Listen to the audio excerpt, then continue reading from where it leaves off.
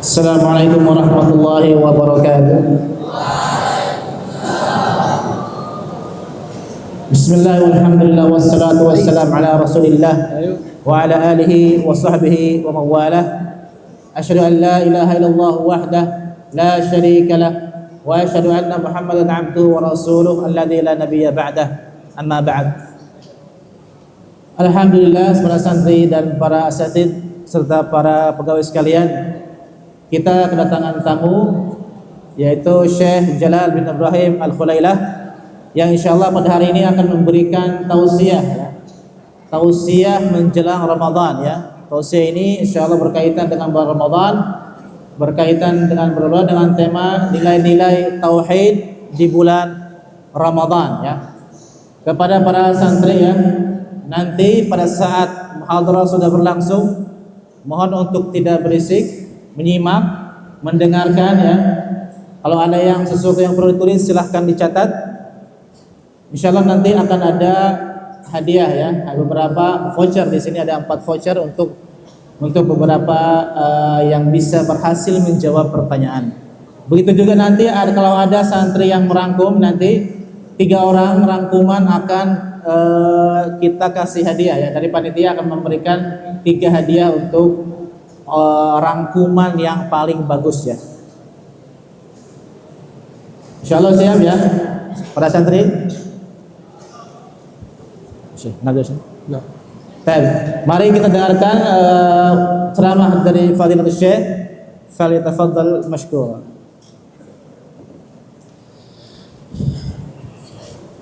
Innal hamdalillah nahmaduhu wa nasta'inuhu wa nastaghfiruh wa na'udzu billahi ta'ala min shururi anfusina wa sayyiati a'malina.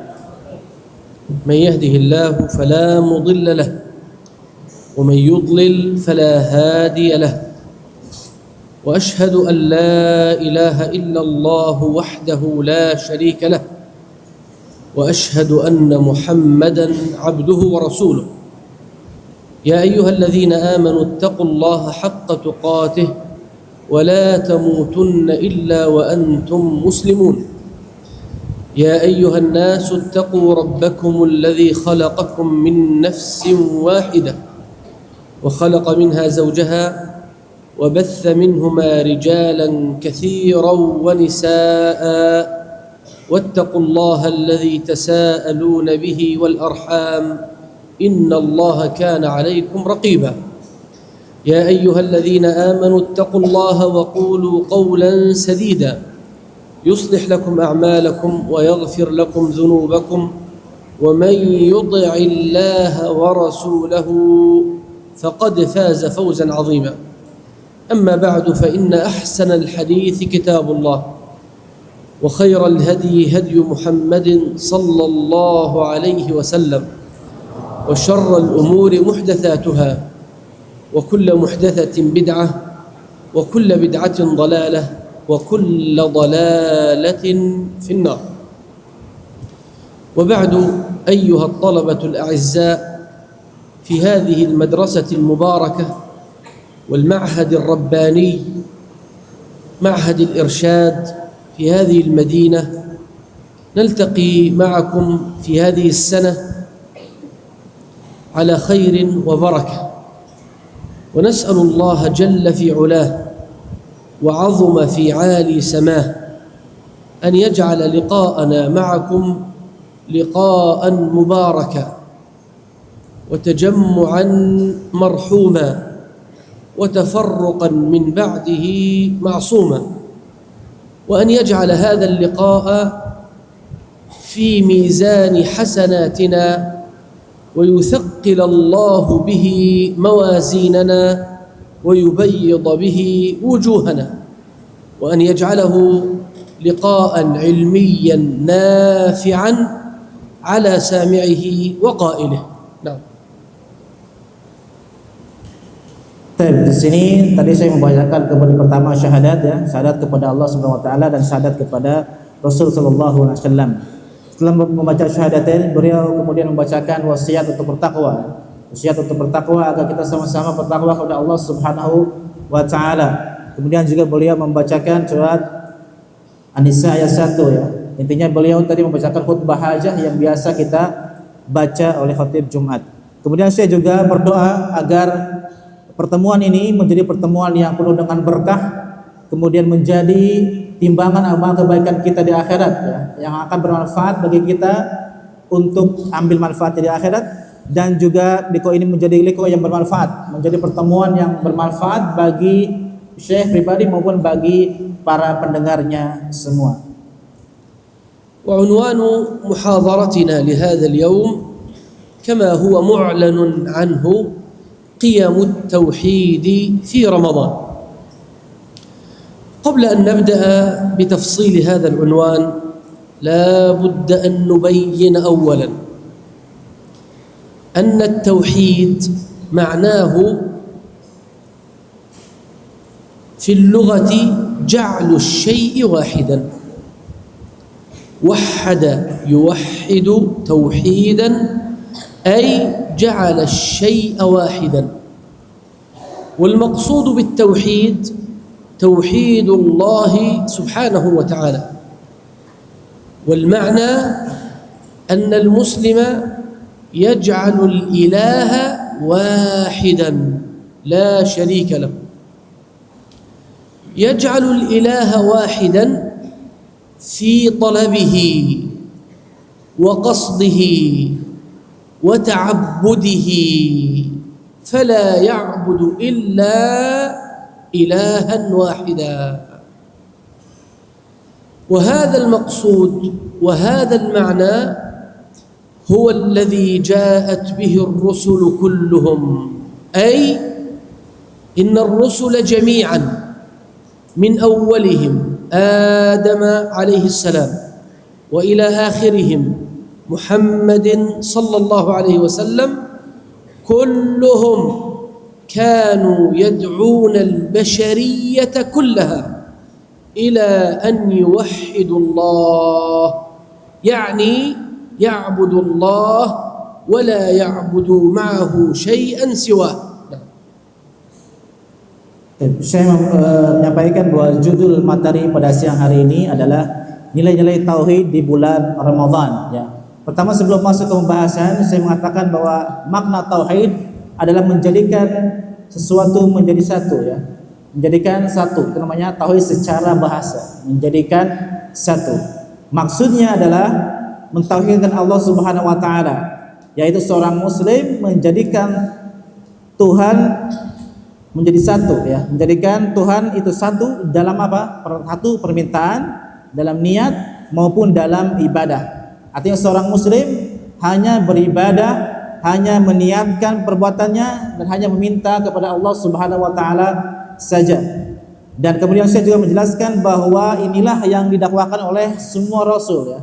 Dari mulai Nabi Adam sampai Nabi Muhammad SAW, semuanya mendakwahkan tauhid, memerintahkan manusia agar menyembah Allah dan jangan menyembah selain Allah Subhanahu wa taala. والأنبياء جميعا دعوتهم التوحيد، فخذ على سبيل المثال آدم عليه السلام وزوجه حواء، قالا يعني آدم وحواء قالا ربنا، انظر إلى التوحيد، ربنا ظلمنا أنفسنا وإن لم تغفر لنا وترحمنا لنكونن من الخاسرين. فجعلوا الربوبية لله وحده والمغفرة لله وحده والرحمة لله وحده، وطلبوا المغفرة والرحمة من الله وحده لا شريك له. Syekh kemudian menjelaskan bahwa para nabi semuanya mendakwahkan tauhid ya. Sebagai contoh di sini ada Nabi Adam ya, nabi yang pertama. Nabi Adam dan Hawa ketika mereka berbuat salah setelah makan buah khuldi, mereka kemudian bertobat kepada Allah Subhanahu wa taala dengan membacakan Rabbana zalamna anfusana, wahai Tuhan kami telah menzalimi diri kami sendiri, wa illam taghfir lana wa tarhamna lanakunanna minal khasirin. Jika engkau tidak mengampuni kami dan tidak merahmati kami, maka kami termasuk orang-orang yang rugi. Di sini Adam dan Hawa mengatakan bahwa wa illam taghfir lana wa tarhamna, bahwa masalah pengampunan dari dosa dan masalah rahmat mereka hanya meminta kepada Allah Subhanahu wa taala. Ini menunjukkan bahwa keduanya benar-benar bertauhid, ya. Meminta rahmat dan meminta ampunan hanya kepada Allah Subhanahu wa taala, dan ini merupakan bagian dari ibadah kepada Allah Subhanahu wa taala. ونوح عليه السلام كذلك دعا قومه إلى التوحيد. قال الله تعالى: لقد أرسلنا نوحا إلى قومه فقال يا قوم اعبدوا الله ما لكم من إله غيره. Begitu juga Nabi Nuh alaihissalam berdakwah kepada tauhid, ya. Beliau mengatakan kepada kaumnya bahwa sembahlah Allah Subhanahu wa taala dan tinggalkanlah penyembahan kepada selain Allah Subhanahu wa taala. وكذلك قال سبحانه: وإلى عاد أخاهم هودا قال يا قوم اعبدوا الله ما لكم من إله غيره. وأيضا قال: وإلى ثمود أخاهم صالحا قال يا قوم اعبدوا الله ما لكم من إله غيره. وقال: وإلى مدين أخاهم شعيبا قال يا قوم اعبدوا الله ما لكم من إله غيره. تتكرر ذات الكلمات من جميع هؤلاء الرسل والأنبياء وغيرهم. وانظر كيف أنهم دعوا الناس إلى التوحيد وفسروا التوحيد، فسروا معنى التوحيد، أي بينوا معنى التوحيد، وهو عبادة الله وحده لا شريك له. إذن ها هنا أمران: الأمر الأول أن الرسل جميعا دعوا إلى التوحيد. الأمر الثاني أن الرسل فسروا معنى التوحيد وبينوا مقصود التوحيد، وهو عبادة الله وحده لا شريك له. Kemudian saya mencontohkan dengan nabi yang lain, ya.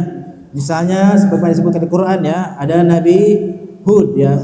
Ada juga Nabi Saleh, ada Nabi Syuaib, ya, yang diperintahkan untuk berdakwah kepada kaumnya masing-masing. Kaum Saleh kepada Nabi Saleh kepada Samud, kaum Nabi Syuaib kepada kaum Madian, ya. Semuanya mengatakan sembahlah Allah dan tinggalkan sembahan yang lain, ya. Ma'lakum ilahin ghairah. Tidak ada sembahan yang layak kalian sembah selain Allah Subhanahu wa taala saja. Dan mereka juga bukan hanya memerintahkan untuk bertauhid, tapi juga menafsirkan tauhid. Tafsir mereka adalah hanya beribadah kepada Allah saja. Ini adalah tafsir tauhid, beribadah kepada Allah saja dan tidak menyembah sekutu selain Allah Subhanahu wa taala. Dari sini, dari ayat yang tadi dapat kita simpulkan dua kesimpulan. Pertama, semua rasul mendakwahkan dakwah tauhid, ya. Dari mulai Adam sampai Nabi Muhammad semuanya dakwahnya sama, tauhid. Kemudian yang kedua, para rasul semuanya selain menjelaskan tauhid menafsirkan makna tauhid, yaitu hanya menyembah Allah saja dan tidak menjadikan sekutu bagi Allah Subhanahu wa taala dalam masalah ibadah. ولأن التوحيد منزلته أنه أصل الأصول في الإسلام، نجد الأنبياء يكررون الدعوة إليه دائما ولا يقفون عن الدعوة إلى التوحيد، حتى إنهم لكثرة تكرارهم وتكرار بيانهم وعنايتهم الزائدة ببيان التوحيد لقد فهم المشركون ماذا يريد المرسلون، لقد فهم المشركون ماذا يريد المرسلون. مع أن المشركين كما وصفهم الله رب العالمين لا يكادون يفقهون حديثا، إلا أنهم فقهوا عن المرسلين ماذا يريدون. لماذا؟ لكثرة تكرار الأنبياء إلى دعوة التوحيد. فها هم قوم شعيب الذين قالوا يا شعيب ما نفقه كثيرا مما تقول، إلا أنهم فهموا ماذا يريد منه. قالوا أجئتنا لنعبد الله وحده ونذر أي ونترك ما كان يعبد آباؤنا.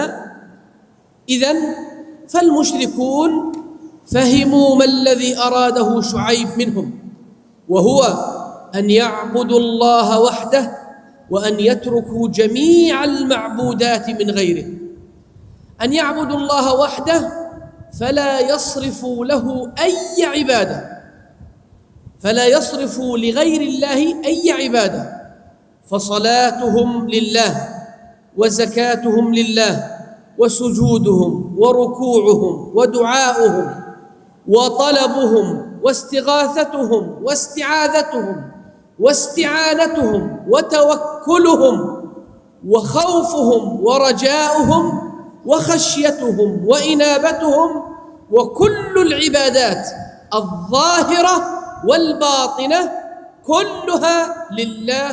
قل إن صلاتي ونسكي ومحياي ومماتي لله رب العالمين لا شريك له وبذلك أمرت وأنا أول المسلمين.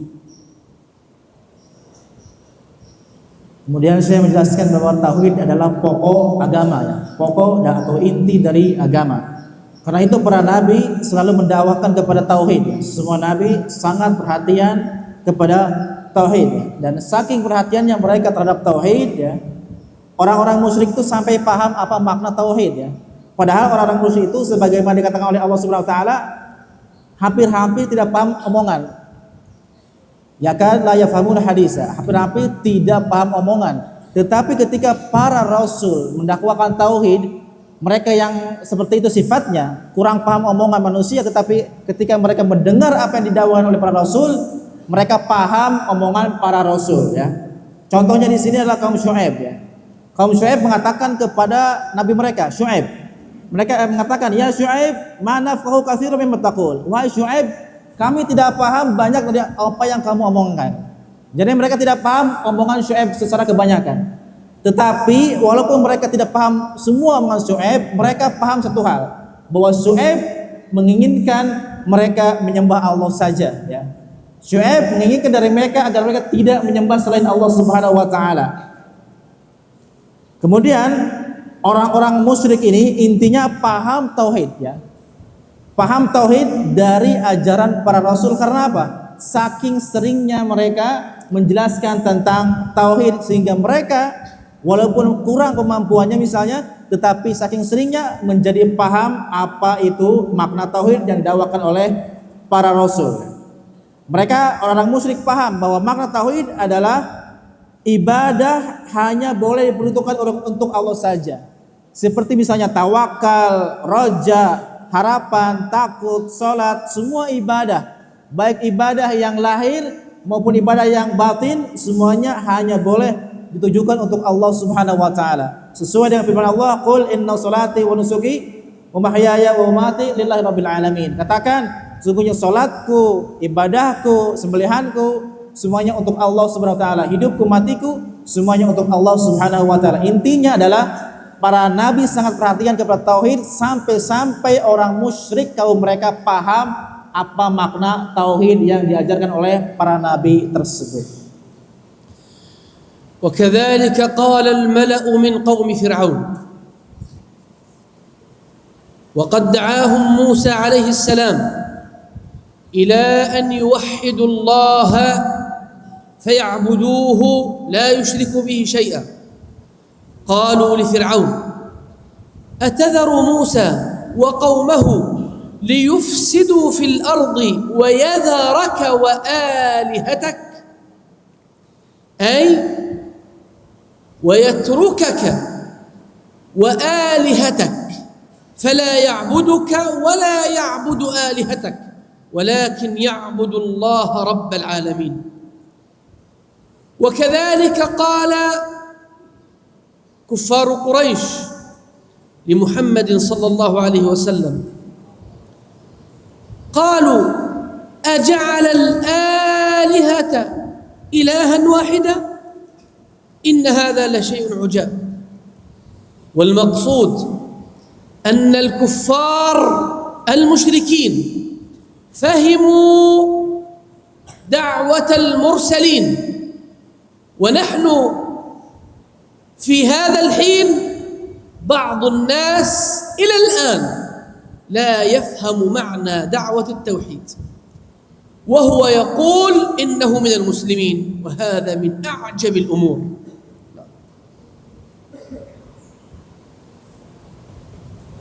Kemudian contoh lain ya, ucapan kaum Nabi Musa ya kepada Musa. Mereka mengatakan, ucapan Nabi Musa kepada Fir'aun ya, atadharu Musa wa qaumahu liyufsida fil ardi wa yadharuka wa alihatak. Orang-orang mengatakan kepada Fir'aun, apakah kamu akan membiarkan Musa dan kaumnya berbuat kerusakan di muka bumi dan meninggalkan kamu dan Tuhanmu? Artinya orang-orang paham bahwa Nabi Musa memerintahkan Fir'aun dan kaumnya agar meninggalkan semua bentuk sembahan selain Allah Subhanahu wa taala, meninggalkan Fir'aun sebagai Tuhan dan meninggalkan Tuhan-Tuhan yang disembah oleh Fir'aun dan kaumnya. Artinya mereka paham apa yang disampaikan oleh Nabi Musa alaihissalam. Contoh yang selanjutnya adalah ucapan kaum Quraisy kepada Nabi sallallahu alaihi wasallam. Mereka mengatakan, al-ja'al al-aliha ilahan wahida. Apakah Muhammad menjadikan banyak Tuhan itu menjadi satu Tuhan? In hadza la syai'un ujab. Sesungguhnya ini adalah sesuatu yang tidak masuk akal. Jadi mereka orang-orang kafir Quraisy paham bahwa tujuan Nabi Muhammad berdakwah adalah untuk menyembah satu Tuhan saja, yaitu Allah Subhanahu wa taala, dan meninggalkan penyembahan kepada sesembahan yang lain. Nah, intinya di sini orang-orang musyrik saja paham dakwah tauhid, tetapi sayang sekali sebagian yang mengaku dirinya kaum muslimin, sebagai mereka ada yang tidak paham makna tauhid, dan ini sangat disayangkan sekali. وكذلك قال أبو إبراهيم لإبراهيم، قال أراغب أنت عن آلهتي يا إبراهيم؟ أراغب أنت عن آلهتي يا إبراهيم؟ يعني هل ستترك آلهتي فلا تعبدها؟ لأن إبراهيم كان يقول أفرأيتم ما تعبدون أنتم وآباؤكم الأقدمون فإنهم عدو لي إلا رب العالمين. وكان يقول أيضا وأعتزلكم يعني أترككم وما تدعون من دون الله وأدعو ربي عسى ألا أكون بدعاء ربي شقيا. فلما اعتزلهم وما يعبدون من دون الله الآية. فالمقصود أنه كان يعتزل آلهتهم لا يعبدها، أنه كان يرغب عن آلهتهم لا يعبدها، بل يعبد الله وحده لا شريك له. فاستنكر ذلك أبوه وقال أراغب أنت عن آلهتي، أي أتارك آلهتي فلا تعبدها؟ إذن فأبو إبراهيم أيضا فهم هو وقومه دعوة إبراهيم عليه السلام كما فهمها سائر المشركين عن الأنبياء والمرسلين. Kemudian saya membawakan contoh yang berikutnya, yaitu bapaknya Nabi Ibrahim alaihissalam ya. Nabi Ibrahim berdakwah kepada bapaknya dan kaumnya, mendakwakan tauhid. Maka bapaknya ini kemudian paham maksud yang didakwakan oleh Ibrahim alaihissalam ya. Makanya bapak ini mengatakan, araghibun anta an alihati ya Ibrahim, apakah kamu benci terhadap Tuhan-Tuhanku ya Ibrahim? Artinya bapaknya ini memahami bahwa Ibrahim ini mengajarkan kepada bapaknya agar bapaknya meninggalkan Tuhan-Tuhan selain Allah Subhanahu wa taala ya. Karena Nabi Ibrahim mengatakan fa innahu aduwwun li, bahwa semua yang disembah oleh orang-orang selain Allah Subhanahu wa taala adalah musuh Nabi Ibrahim. Arti Nabi Ibrahim memusuhi sembahan-sembahan yang disembah oleh orang-orang termasuk oleh bapaknya. Makanya bapaknya paham apa yang dimaksud oleh Nabi Ibrahim alaihissalam ya. Juga Nabi Ibrahim mengatakan wa a'tazilukum ma tad'una min dunillah. Aku meninggalkan kalian dan apa yang kalian sembah selain Allah Subhanahu wa taala. Artinya Nabi Ibrahim mengatakan bahwa aku akan menentang apa yang kalian sembah selain Allah Subhanahu wa taala. Inilah dipahami oleh Bapak Ibrahim dan juga dipahami oleh kaumnya, bahwa Nabi Ibrahim hanya mendakwahkan tauhid, yaitu merintahkan umat agar menyembah Allah saja dan meninggalkan sesembahan selain Allah Subhanahu wa taala. إذن فقد عرفنا أن دعوة الأنبياء هي دعوة التوحيد، وأن دعوة الأنبياء التي هي التوحيد معناها عبادة الله وحده لا شريك له. وهذا المعنى ظاهر في جميع العبادات، ظاهر في الصلاة، ظاهر في الزكاة، ظاهر في الشهادتين، ظاهر في الصيام، ظاهر في الحج، ظاهر في العمرة، ظاهر في الإحسان إلى الجار، وفي إكرام الضيف، وفي قول المعروف، وفي الأمر به، وفي النهي عن المنكر، وفي بر الوالدين، وفي أذكار الصباح والمساء والنوم والاستيقاظ والأكل والشرب ودخول المسجد. ظاهر هذا المعنى ظهورا جليا في جميع تفاصيل العبادات.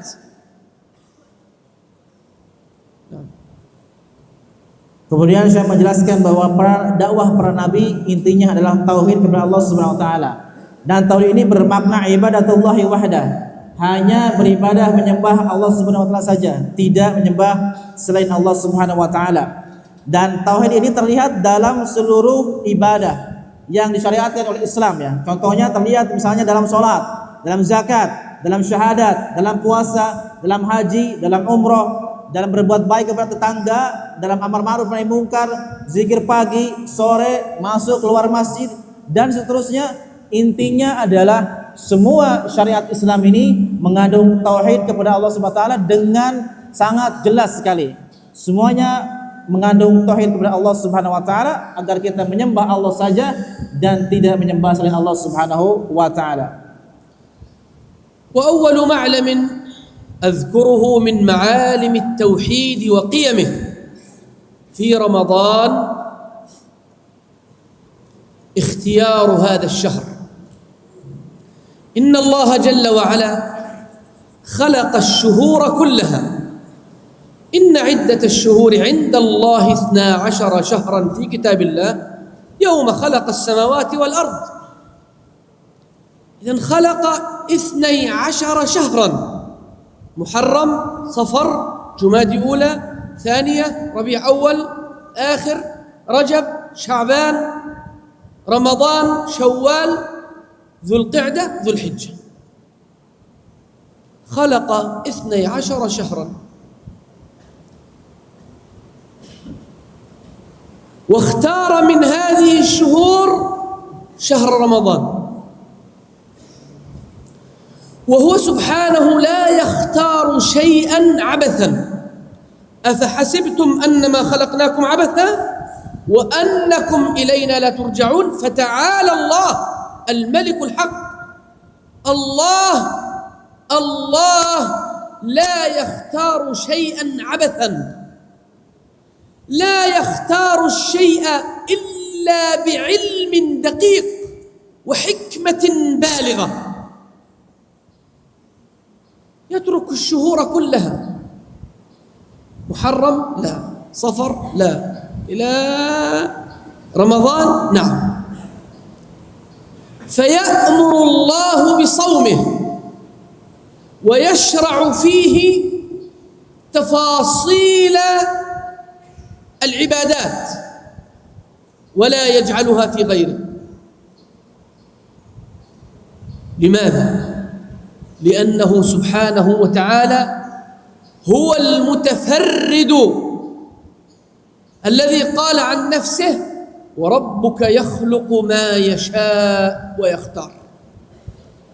خلق الشهور كلها واختار منها رمضان، خلق الناس كلهم واختار منهم محمدا صلى الله عليه وسلم، خلق الجبال كلها واختار منها عرفة،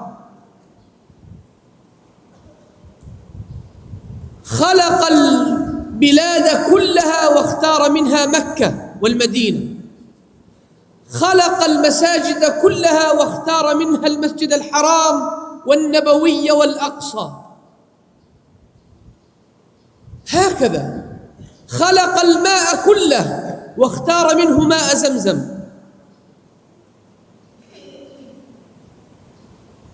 خلق الطعام كله واختار منه طعام السحور فجعله مباركا. وربك يخلق ما يشاء ويختار. المشركون يضاهئون شرع الله، وهذه طريقتهم. يستنكفون عن شريعة الله، يضاهئون شريعة الله، يشرعون من عندهم أشياء تشبه شريعة الله، والله يقول لهم: ما فعلتموه هو الكفر. لماذا؟ لأن الله وحده هو الذي يختار، هو الذي خلق الزمان، فهو الذي يختار منه ما يشاء. اختار من الأيام عيدين، الفطر والأضحى، لأنه هو الذي خلق الزمان، وهو وحده الذي يستحق أن يختار. وربك يخلق ما يشاء، لأنه هو الذي يخلق ويختار، هو الذي يختار. اختار من أيام الأسبوع يوم الجمعة. لماذا؟ لأنه هو الذي خلق، فهو الذي يستحق أن يختار. المشركون يختارون من الأيام ما شاءوا، ومن الشهور ما شاءوا، ويعظمون من الأيام ما شاءوا، ويجعلون في بعض الأيام من العبادات والشرائع والطقوس ما شاءوا. فإذا رغب المؤمنون عن طريقتهم، عن طريقة المشركين، قالوا: ألا تريدون أن تعبدوا الله معنا؟ نحن نعبد الله كما أمرنا الله، ونختار من الأوقات والأماكن والذوات والأشخاص ما اختاره الله، لأن الله هو الواحد الأحد المتفرد بالاختيار، لأنه هو الذي خلق. اختار رمضان. نعم. Kemudian Syekh masuk pembahasan kita pada siang hari, nilai tauhid di bulan Ramadan. Yang pertama, nilai tauhid di bulan Ramadan adalah dipilihnya bulan ini sebagai bulan puasa, ya, bulan untuk beribadah kepada Allah Subhanahu wa taala. Padahal kita tahu bahwa Allah memiliki 12 bulan, ya, dari mulai Muharram, Safar dan terusnya hingga Zulhijjah. Dari 12 bulan ini Allah memilih satu bulan, yaitu bulan Ramadan. Nah, ketika Allah Subhanahu wa taala memilih bulan Ramadan di antara 12 bulan yang ada, ini Allah tidak main-main, ya. Berarti ada sesuatu dengan pemilihan ini, ya. Allah memilih karena ada suatu hikmah yang Allah kehendaki. Sehingga Allah menjadikan bulan puasa di bulan Ramadan. Bulan untuk berpuasa dan beribadah ini Allah jadikan di bulan Ramadan. Kenapa? Karena Allah berfirman, "Wa rabbuka yakhluqu ma yasha wa yakhtar." Allah ini menciptakan apa yang Dia kehendaki dan memilih apa yang Dia kehendaki. Jadi Allah ketika menciptakan sesuatu, maka kemudian Allah memilih di antara ciptaannya apa yang Dia kehendaki untuk Dia unggulkan daripada ciptaan yang lainnya. Sebagai contoh, Allah menciptakan gunung, maka Allah pilih di antara gunung-gunung ini Arafah. Artinya gunung Arafah memiliki keistimewaan dibandingkan gunung-gunung yang lain. Allah menciptakan negeri, maka di antara negeri-negeri yang ada di dunia ini Allah pilih Makkah dan Madinah. Allah ciptakan masjid, maka Allah pilih di antara masjid-masjid yang ada Masjidil Haram, Masjid Nabawi, dan Masjidil Aqsa. Begitu juga Allah menciptakan air, maka di antara air yang ada Allah pilih air Zam-Zam. Allah juga menciptakan makanan, maka di antara makanan yang ada Allah pilih makanan sahur sebagai makanan yang penuh berkah. Intinya adalah Allah memilih apa yang Dia kehendaki. Maka ini kebalikan dengan orang-orang musyrik ya. Orang-orang musyrik ini ingin menyaingi syariat Allah. Ketika Allah memilih sesuatu, mereka malahan memilih yang lain selain yang dipilih oleh Allah Subhanahu wa taala. Intinya mereka mensyariatkan untuk diri mereka yang sesuatu yang tidak disyariatkan oleh Allah Subhanahu wa taala. Bagaimana sikap kita sebagai seorang muslim? Maka kita hanya memilih apa yang dipilih oleh Allah Subhanahu wa taala. Kenapa? Karena hanya Allah lah yang menciptakan. Maka karena hanya Dia yang menciptakan, maka Dialah juga yang berhak untuk memilih apapun yang Dia kehendaki. Orang-orang musyrik memilih apa yang kita mau, apa yang mereka mau, maka kita sebagai muslim tidak boleh memilih kecuali memilih apa yang dipilih oleh Allah Subhanahu wa taala sebagai bentuk pengamalan ayat wa rabbuka yakhluqu ma yasha wa yakhtar. Tuhanmu telah menciptakan apa yang Dia kehendaki dan Dia memilih apa yang Dia kehendaki dari ciptaannya.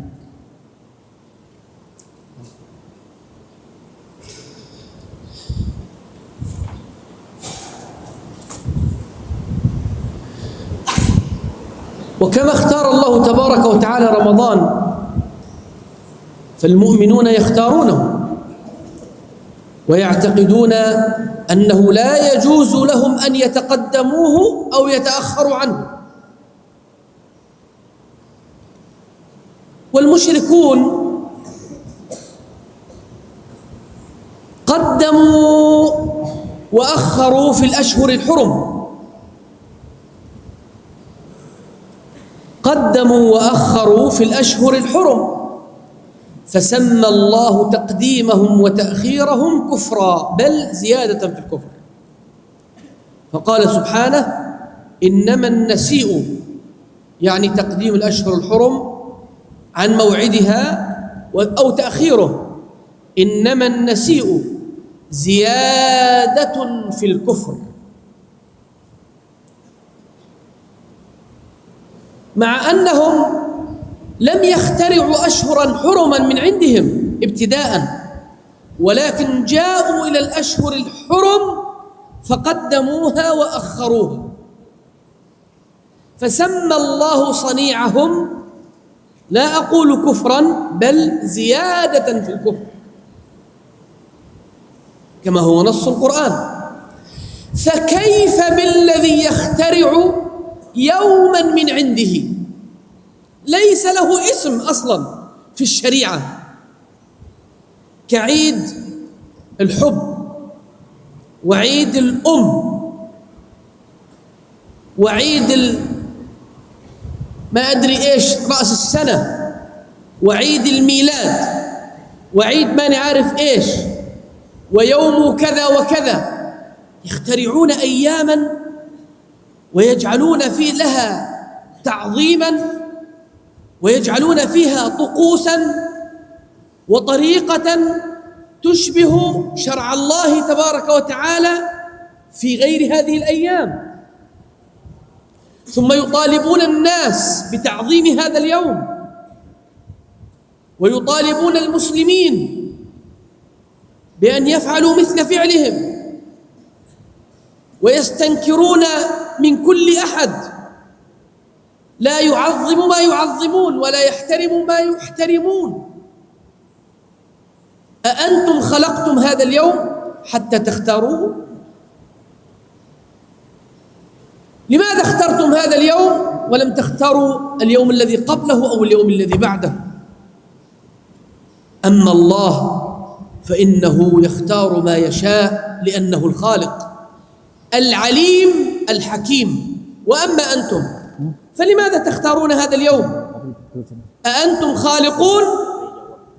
أأنتم عالمون؟ أأنتم حاكمون؟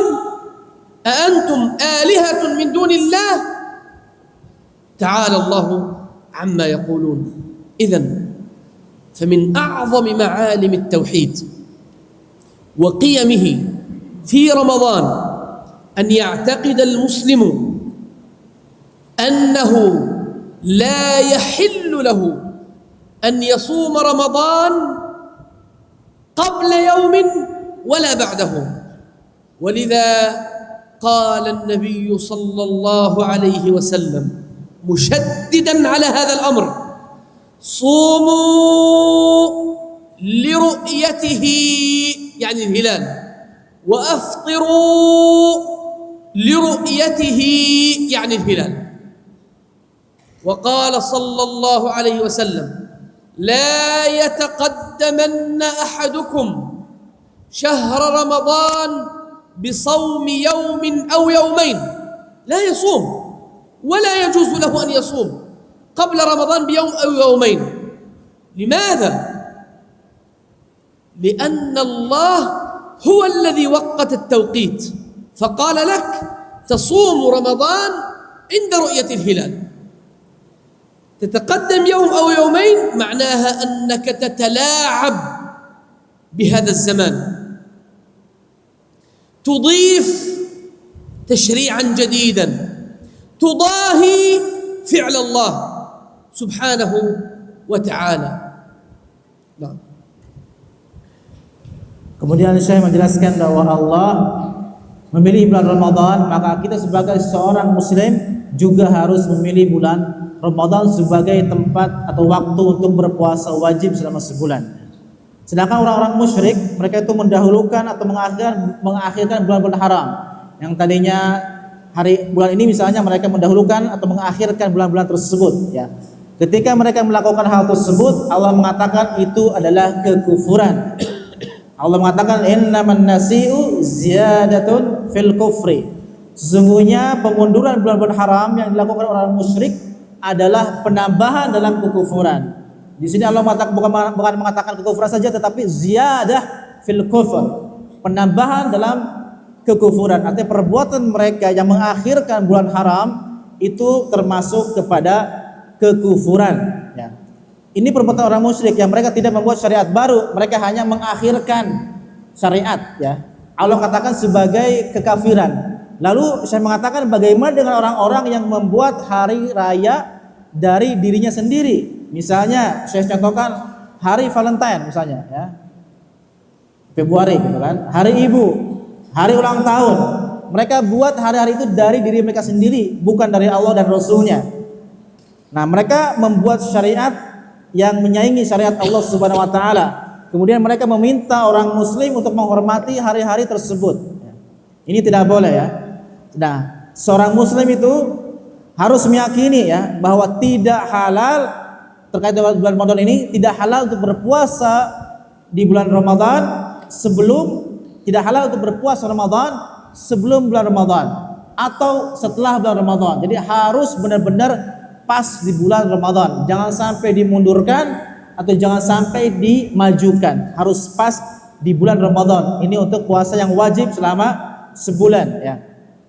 Karena Nabi SAW bersabda, sumu li ru'yatihi wa afiru li ru'yatihi.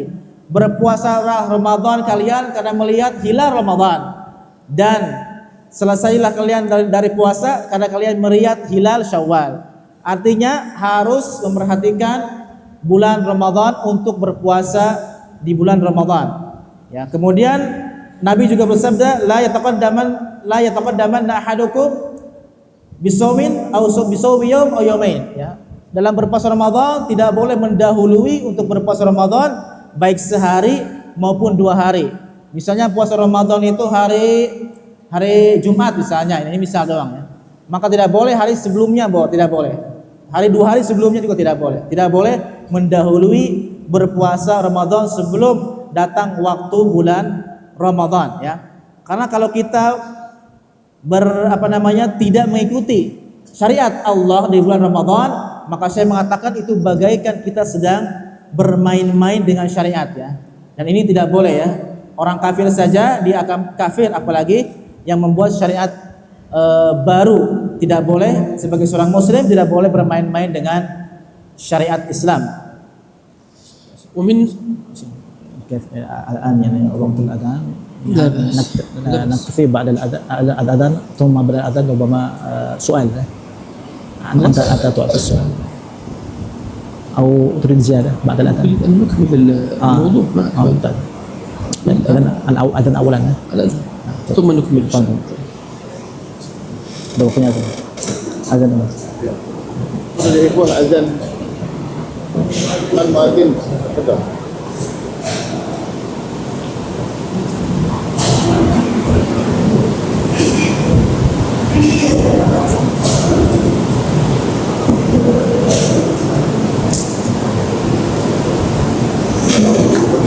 Mas azan semua pengen dilanjutkan sebentar. Oh yes, bentar. Setelah itu tanya jawab.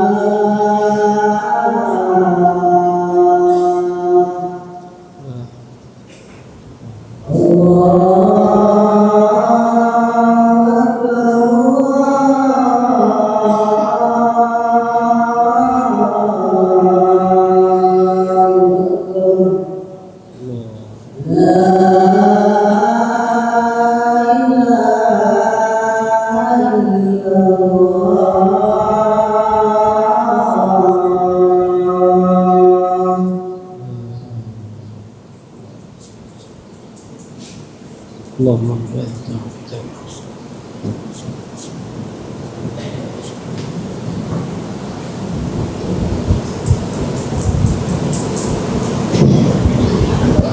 Baik, setelah azan ini insya Allah kita akan lanjutkan sebentar ya. Kita akan mendengarkan kembali penjelasan dari Syekh. Kemudian setelahnya kita akan masuk ke sesi tanya jawab ya. Diharapkan kepada para santri ya agar duduk kembali dengan rapi di tempatnya semula ya. Silakan yang masih berdiri silakan duduk yang rapi masuk ke dalam saf ya.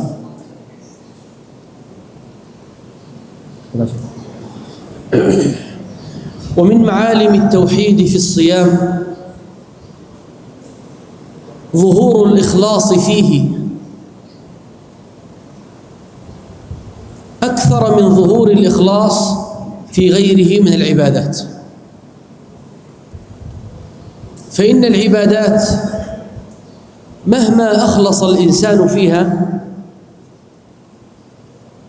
فيمكن أن يطرأ عليها الرياء، والرياء آفة تناقض الإخلاص في صحته أو في كماله. وأما الصوم فإنه أبعد ما يكون عن الرياء، وذلك لأنه لا يستطيع أحد أن يعرف أنك صائم إن كنت صائما، وتستطيع أن تخفي هذه العبادة عن جميع الناس. ولذا قال النبي صلى الله عليه وسلم فيما يرويه عن ربه عز وجل: كل عمل ابن آدم له إلا الصوم فإنه لي وأنا أجزي به. قال شراح الحديث: إلا الصوم فإنه لي، أي كل العمل يمكن أن يكون لك حظ منه إلا الصوم فإنه خالص لله جل في علاه. ولذا قال: وأنا أجزي به. Nah. Kemudian yang kedua ya, nilai tauhid yang ada dalam puasa Ramadan adalah ikhlas ya. Ibadah apapun ini bisa dimasuki oleh riya. Karena riya ini adalah penyakit yang menafikan keikhlasan. Baik menafikan ikhlas dari pokoknya atau menafikan kesempurnaan ikhlas ya. Tetapi ini berbeda dengan puasa ya. Puasa ini jauh dari riya ya. Kita bisa berpuasa tanpa orang lain tahu bahwa kita sedang berpuasa. Artinya bisa menjauhkan pelakunya dari riya. Karena itu Nabi SAW bersabda dalam sebuah hadis qudsi, "Kullu amal ibni Adam lahu illa as-shaum, fa innahu li wa ana ajzi bihi." Allah Subhanahu wa taala berfirman dalam hadis qudsi, semua amal anak Adam adalah untuk anak Adam itu sendiri ya. Kecuali puasa, maka puasa itu untukku dan akulah yang akan membalasnya. Di sini dikatakan fa innahu li, puasa itu untukku. Maksudnya puasa itu berbeda dengan ibadah-ibadah yang lainnya. Ibadah yang lain bisa dijadikan ladang untuk pamer, ladang untuk riya. Berbeda dengan puasa, ini tidak bisa dijadikan ladang untuk pamer, untuk riya, karena puasa ini adalah sesuatu yang tersembunyi. ومن معالم التوحيد أيضا ختم شهر الصوم بالتكبير وإعلانه، كما قال الله سبحانه وتعالى: ولتكملوا العدة ولتكبروا الله على ما هداكم.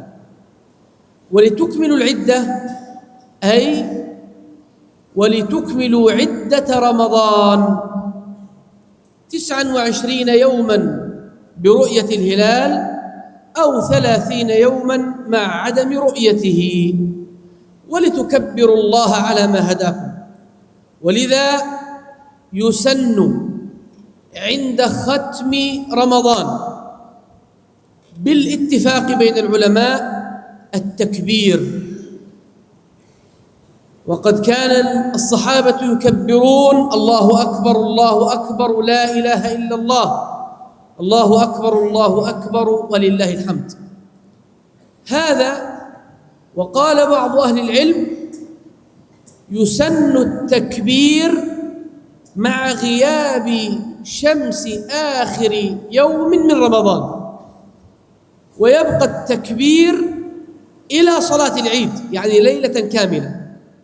وقال آخرون بل يسن التكبير بعد طلوع الفجر من يوم العيد، وينتهي في عيد الفطر عند خروج الإمام إلى الصلاة، على قولين.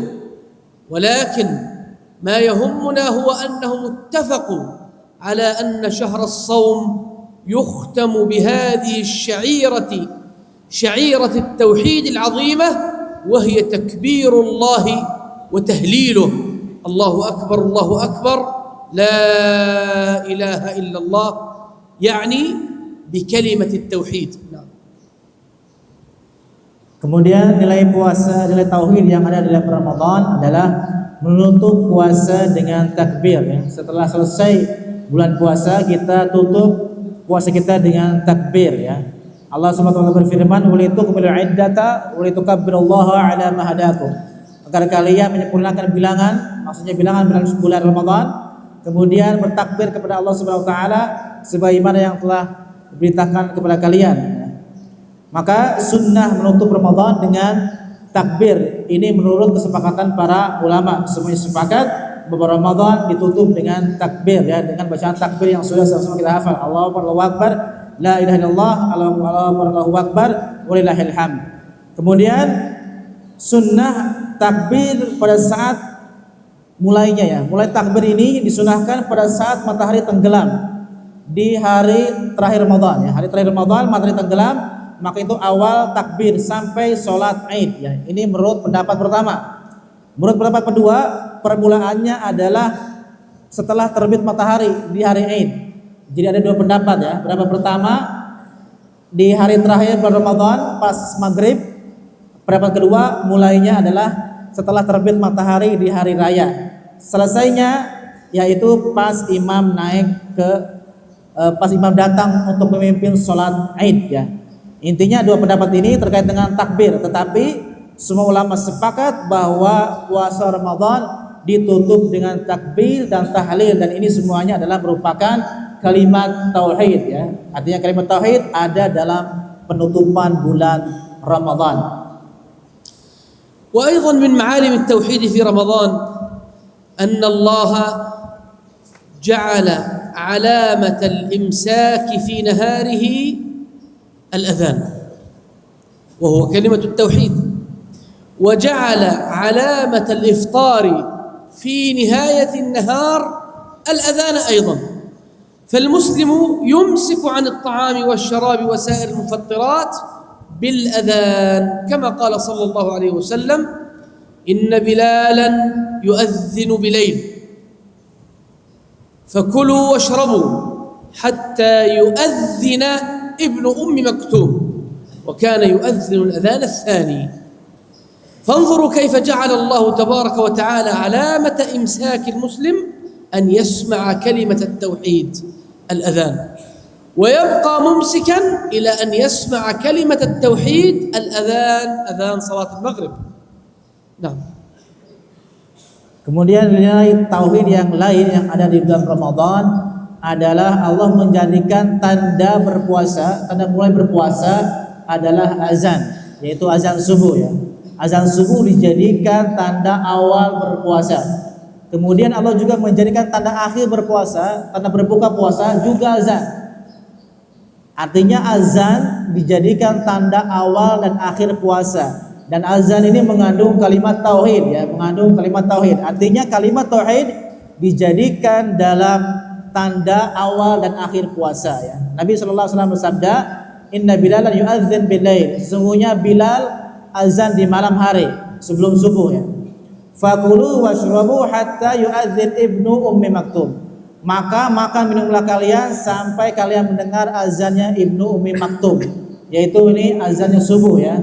Jadi perlu diketahui bahwa azan subuh di masa Nabi itu ada dua. Azan awal ini Bilal yang azan agar membangunkan dan agar untuk sebagai pembangunan orang sholat, membangunkan orang untuk sahur. Kemudian azan yang kedua adalah azan subuh yang dikumandangkan oleh Ibnu Ummi Maktum.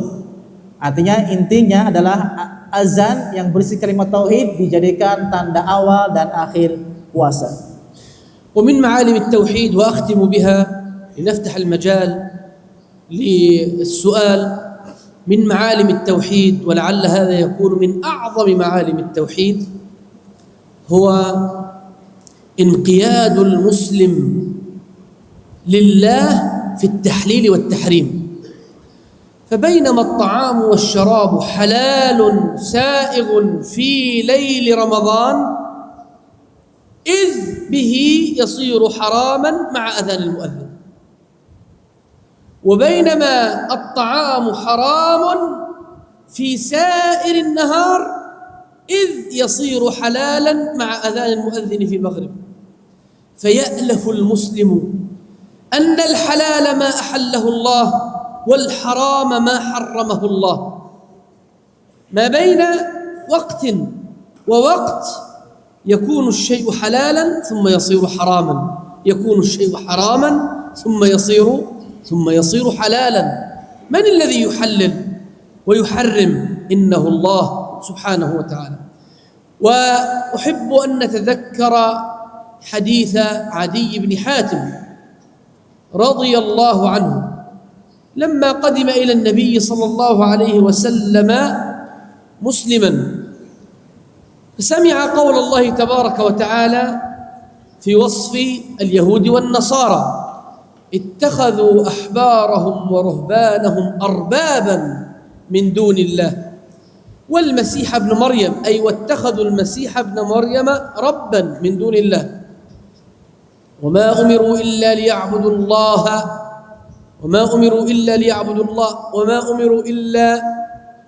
ليعبدوا الله مخلصين له الدين حنفاء، وما أمروا إلا ليعبدوا إلها واحدا لا إله إلا هو سبحانه وتعالى عما يشركون.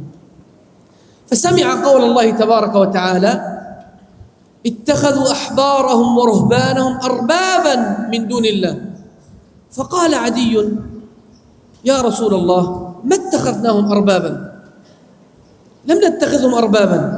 فقال صلى الله عليه وسلم: ألم يحلوا لكم الحرام فتحلوه ويحرموا عليكم الحلال فتحرموه؟ قال: بلى. قال: فتلك عبادتكم إياهم. Nah. Kemudian Syekh menyampaikan nilai yang tauhid yang terakhir ya. Dan ini adalah nilai tauhid yang paling besar yang ada di bulan Ramadan, yaitu tunduknya orang-orang muslim dalam masalah penghalalan dan pengharaman. Artinya orang-orang muslim tunduk kepada Allah ketika Allah mengatakan halal, mereka halalkan, mengatakan haram, mereka pun haramkan ya. Contohnya makanan di siang hari itu haram. Tetapi ketika sudah sampai malam hari, makanan yang tadinya haram menjadi halal. Artinya ada perubahan di sini. Siapa yang menghalalkan dan siapa yang mengharamkan? Yaitu Allah Subhanahu wa taala. Nah, intinya orang muslim berkeyakinan bahwa halal adalah apa yang dihalalkan oleh Allah Subhanahu wa taala. Begitu juga haram adalah apa yang diharamkan oleh Allah Subhanahu wa taala. Kemudian Syekh membawakan kisah Adi bin Hatim yang datang kepada Nabi sallallahu alaihi wasallam bertanya tentang ayat ittakhadhu ahbarahum wa ruhbanahum arbaba min dunillah. Orang-orang Yahudi dan Nasrani menjadikan pendeta-pendeta mereka, ahli ibadah mereka sebagai Tuhan selain Allah Subhanahu wa taala. Adi yang merupakan mantan ahli kitab mengatakan kepada Nabi, "Wahai Nabi, kami dulu tidak menyembah mereka.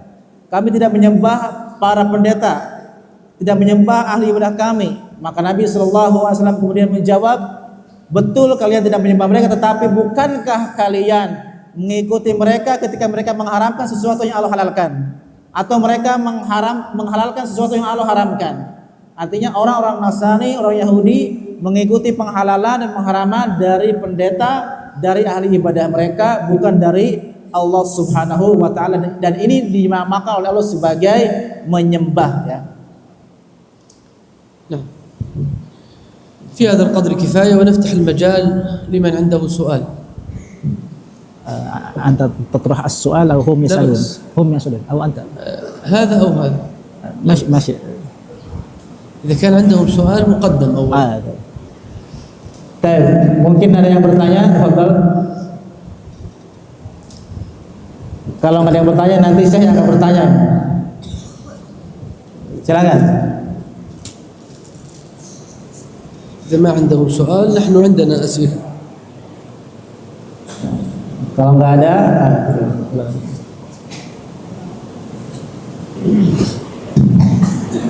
Assalamualaikum. السؤال الأول: إذا حكم الكفار مع الفاتحة فما المانع الذي يمنعهم من عبادة الله وترك عبادة غيره؟ السؤال الثاني: واحد بعدين أحسن حتى لا أنسى. نجيب ولا في ترجمة؟ مباشر. لا مباشر. لا تترجم السؤال. Baik. Ustaz Rifai bertanya, kalau orang-orang musyrik paham makna tauhid, kenapa mereka tidak mengikuti para rasul tersebut ya? Apa alasan di balik hal itu? أسباب الكفر كثيرة، منها الجحود والتكذيب والكبر وحب الدنيا. فالكفار منهم من منعه الكبر عن الإيمان مع أنه فهم التوحيد، ومنهم من منعه الحسد مثل اليهود، يعرفون النبي صلى الله عليه وسلم كما يعرفون أبناءهم. قال الله تعالى: يعرفونه كما يعرفون أبناءهم، ولكنهم كفروا حسدا. وأيضا حب الآباء والأجداد وما كانوا عليه، كما فعل أبو طالب، فإن أبا طالب كان يعلم أن دين محمد صلى الله عليه وسلم هو الدين الحق، ويقول في هذا شعرا: ولقد علمت بأن دين محمد من خير أديان البرية دينا، لكنه كفر به. لماذا؟ قال: لولا الملامة أو مخافة سبة لرأيتني سمحا بذاك مبينا. يعني لا يحب أن يرغب عن ملة أبيه وأجداده. وكذلك فرعون منعه من الإيمان مع أنه يعلم صدق موسى وقد رباه عنده، إلا أنه امتنع حبا للملك وتقديما للملك عليه. وكذلك هرقل عظيم الروم عرف أن محمدا صلى الله عليه وسلم نبي ورسول، كما في صحيح الإمام البخاري في الحديث الطويل، وجمع الناس والرهبان والوزراء وأمرهم أن يدخلوا في دين الإسلام، ولكنهم أبوا، فخشي أن يضيع ملكه فلم يدخل في الإسلام. وهكذا. فعدم المعرفة وعدم الفهم هذا سبب للكفر، ولكن أسباب الكفر كثيرة منها التي ذكرنا. Syekh menjawab bahwa sebab kekufuran itu ada banyak.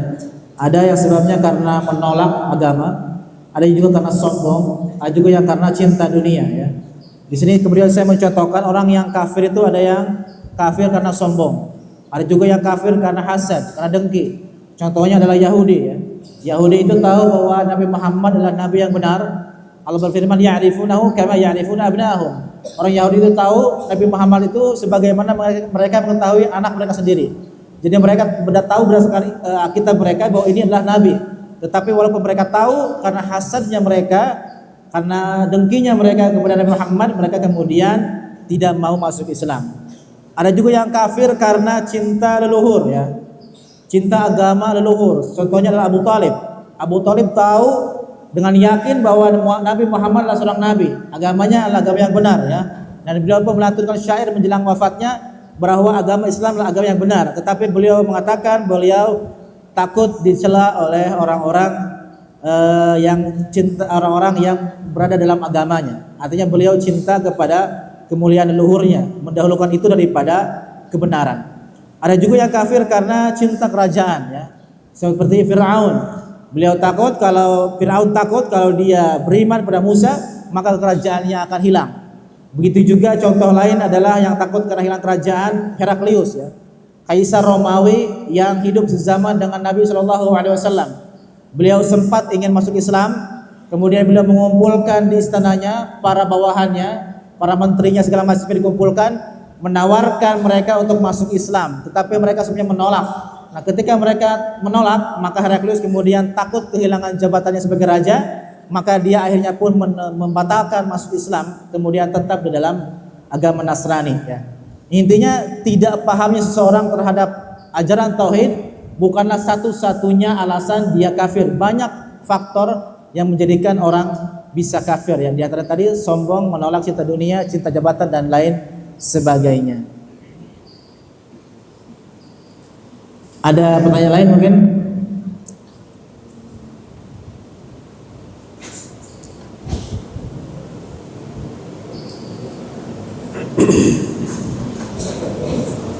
Assalamualaikum warahmatullahi wabarakatuh. Waalaikumsalam warahmatullahi wabarakatuh. Ya Syekh, ma alimna alladhi anna sawmana maqbul. Alimna ayy sabab anna sawmana maqbul.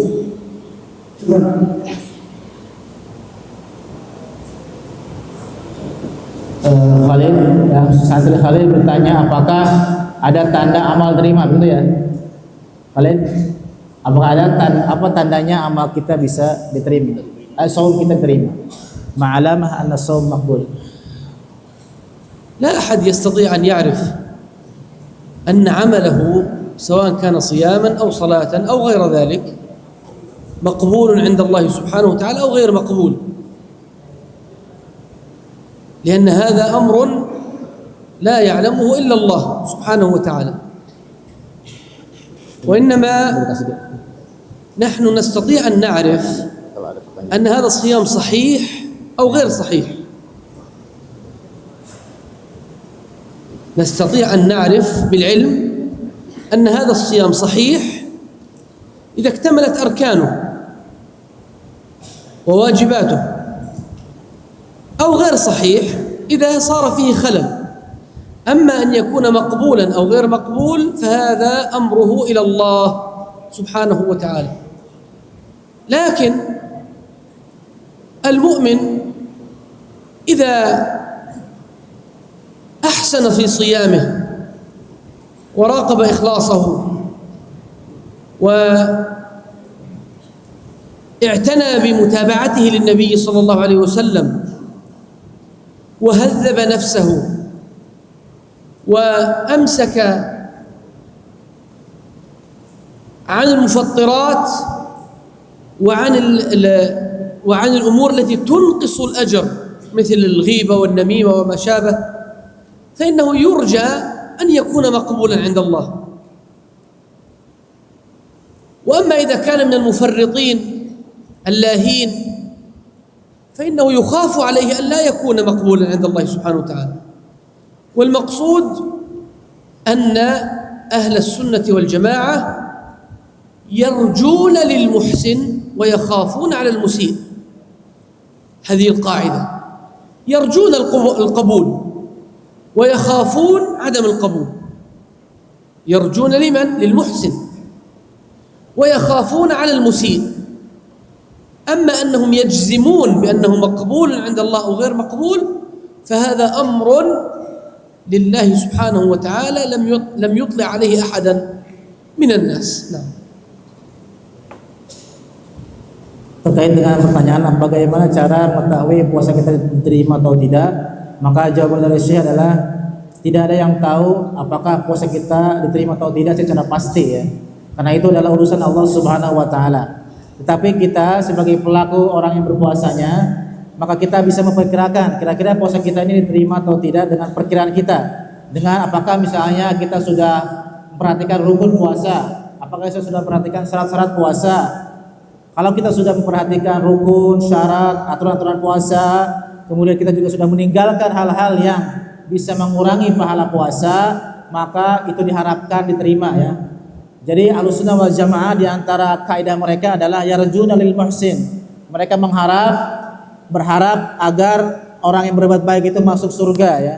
Wa yakhafuna 'alal musi, dan mereka khawatir bahwa orang yang berbuat buruk itu masuk neraka. Tetapi tidak boleh memastikan ya, tidak boleh memastikan apakah seorang itu surga atau neraka, amalnya diterima atau tidak, karena itu murni hak atau hanya Allah yang tahu subhanahu wa ta'ala.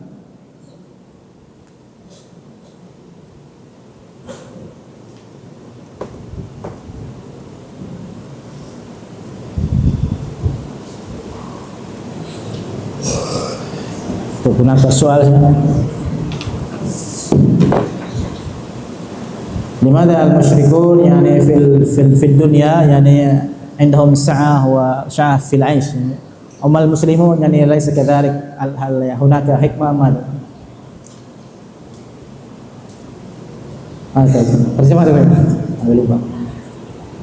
Di sini ada yang bertanya, mengapa orang musyrik atau non muslim diberikan kemudahan hidup di dunia, sedangkan orang-orang mukmin beriman diberikan kesulitan di dunia. Nah, sedangkan menuju akhirat harus melewati dunia dahulu.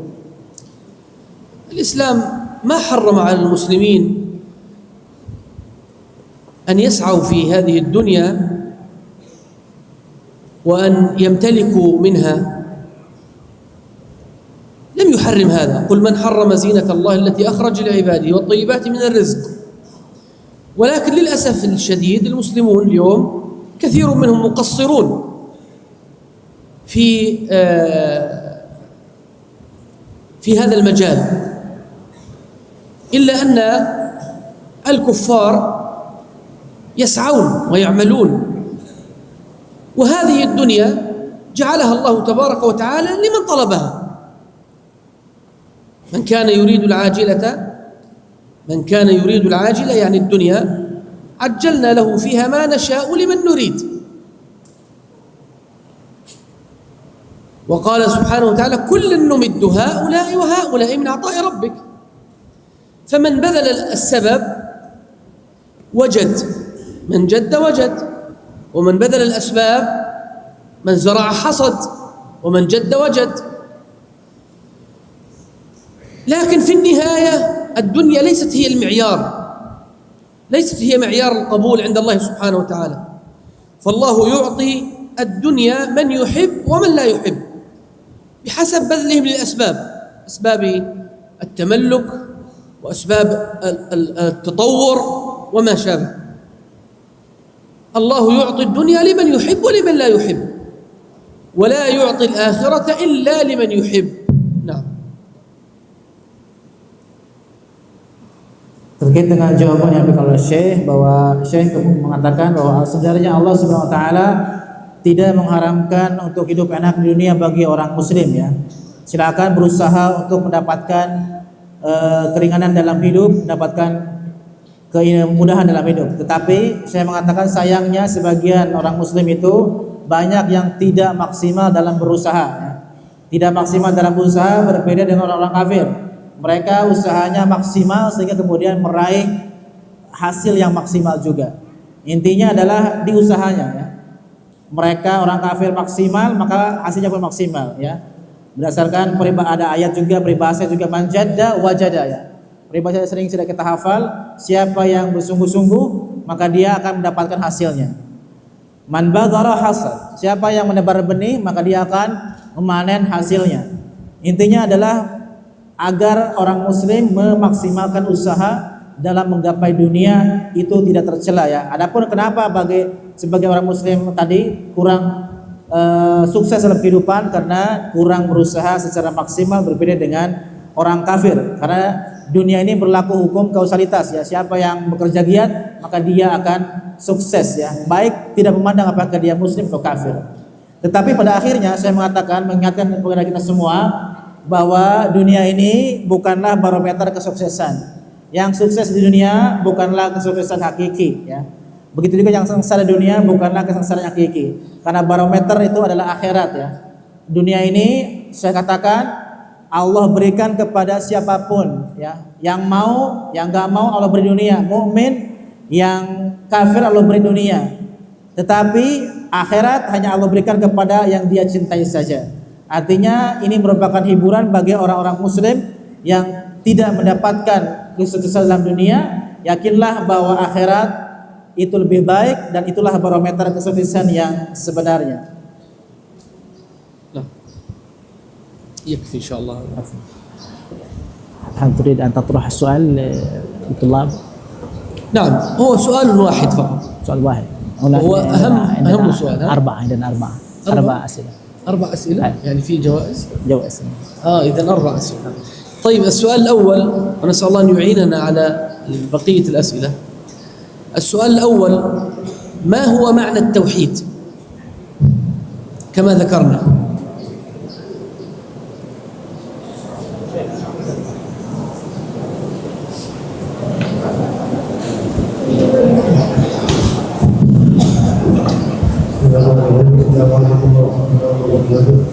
السلام.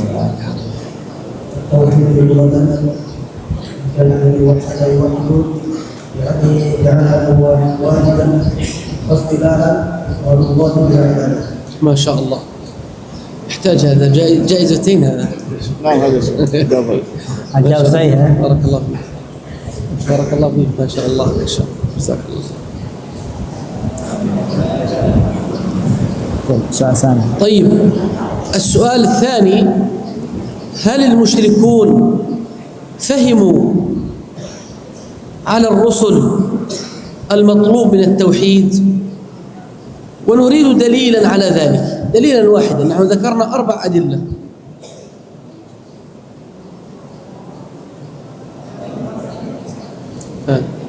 ترجم لهم. ترجمة. أعنهم بالترجمة. Baik. Pertanyaan yang kedua, apakah orang-orang musyrik paham tauhid? Ya. Kemudian berikan dalilnya. Ya. 1 dalil saja. Ya. Saya membawakan tadi 4 dalil. Ada. Jawabannya berikut dalil.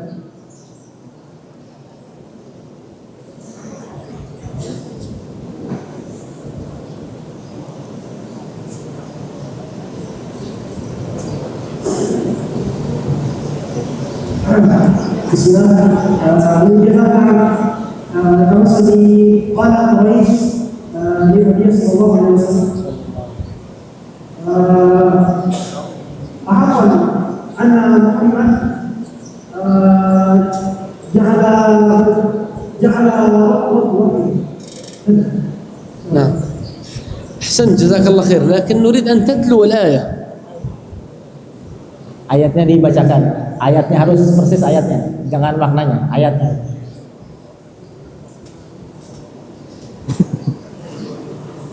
ها؟ لا يستطيع؟ يستطيع. tidak bisa؟ ما في مشكلة، تفضل. خلاص.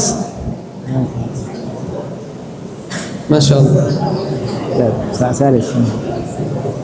طيب السؤال الثالث: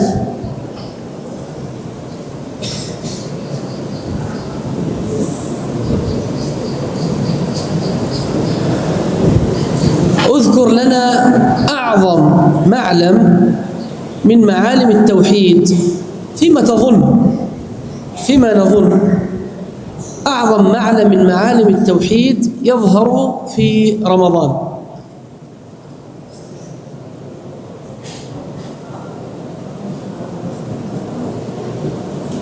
Pertanyaan ketiga, ya, sebutkan nilai tauhid yang terbesar di bulan Ramadan menurut kalian masing-masing. Tadi sudah ada jawabannya, ya, sudah saya sebutkan jawabannya. Nilai tauhid yang terbesar di bulan Ramadan.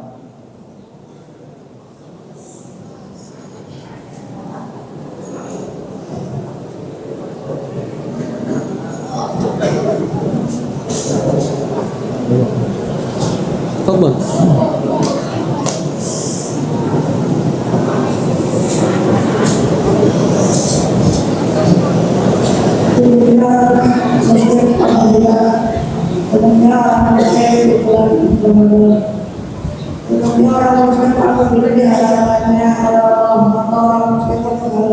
orang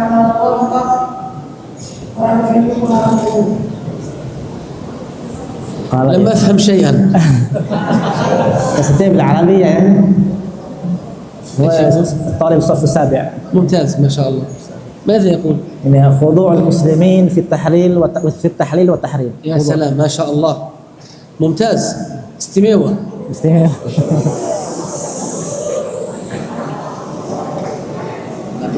طيب السؤال الأخير. سؤال آخر.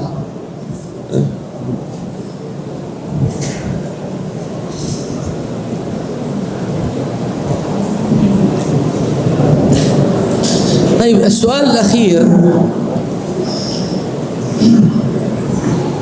هل التحليل والتحريم حق لله وحده؟ وما هو الدليل؟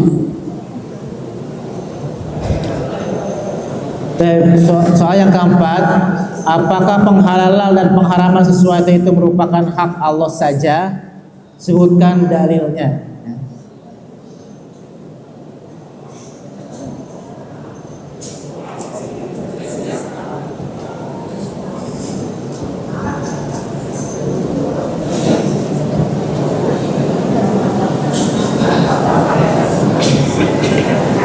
تفضل.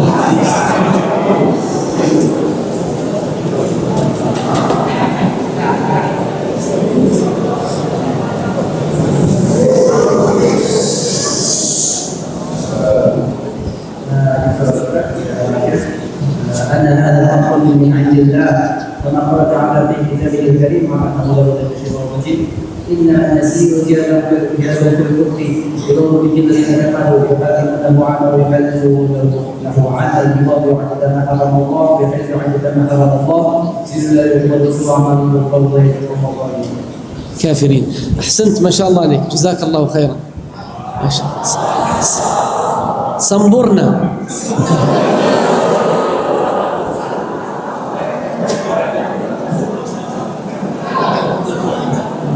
خلاص. هذا الكلام؟